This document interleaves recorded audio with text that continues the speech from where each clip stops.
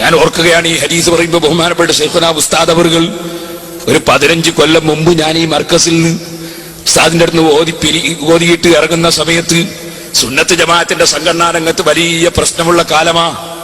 സുബ്ഹാനല്ലാഹ്, കാഞ്ഞങ്ങാട്ടിനടുത്ത് കല്ലൂരാവിയിൽ ഞങ്ങൾ വയല് പറയാൻ പോയി. ഉസ്താദ് വയല് പറയാൻ പോയി, കൂടെ ഞാനും പോയി തുഫൈലിയായിട്ട്.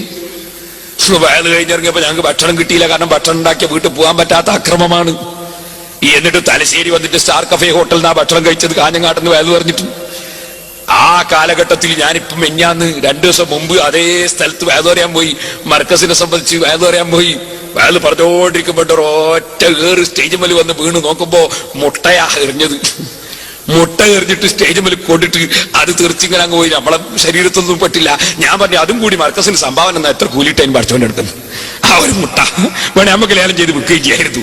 പക്ഷെ ഞാൻ പറഞ്ഞു വന്നത് അങ്ങനത്തെ ഒരു കാലമുണ്ടായിരുന്നു. അന്ന് ഉസ്താദ് ഒരിക്കൽ എന്നോട് പറഞ്ഞു, നീ ബസ്സിന്റെ ഏറ്റവും ബാക്കിലെ സീറ്റിലിരുന്ന് യാത്ര ചെയ്യണം.